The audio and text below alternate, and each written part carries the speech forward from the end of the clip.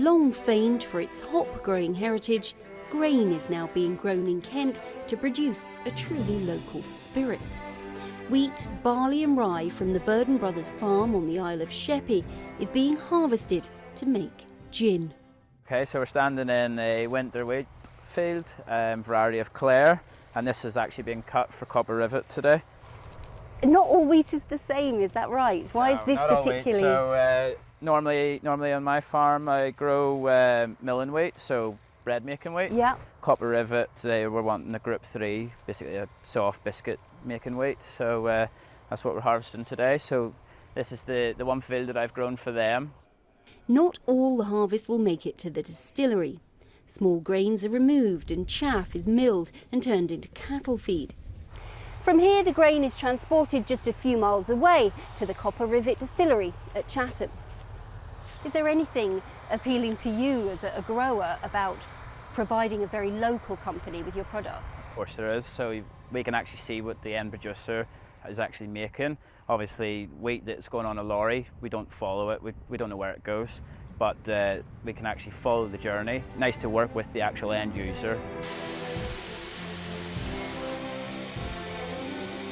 So the process is we receive the grain, that's in the green chute as you can see. It comes into the mash tun.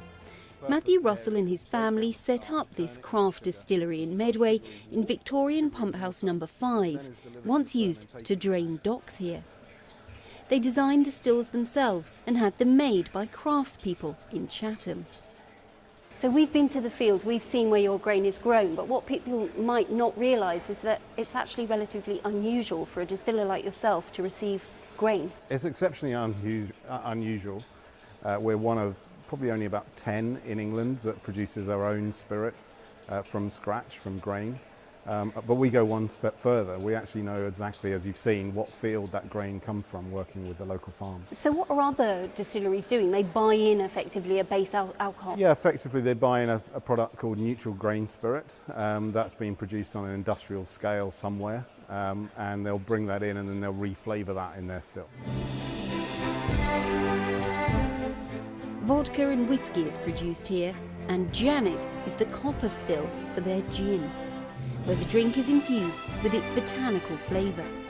Obviously every gin has its own flavour and that comes from the botanicals. How did you choose yours? It was a long process, lots of testing, lots of trialling, but effectively what we wanted to do was we wanted to design a gin that was great to drink, easy to drink, and one that we enjoyed most importantly, which is why we came up with Dockyard Gin. From grain to glass, this is a spirit with a truly local heritage. Sarah Saunders, ITV News.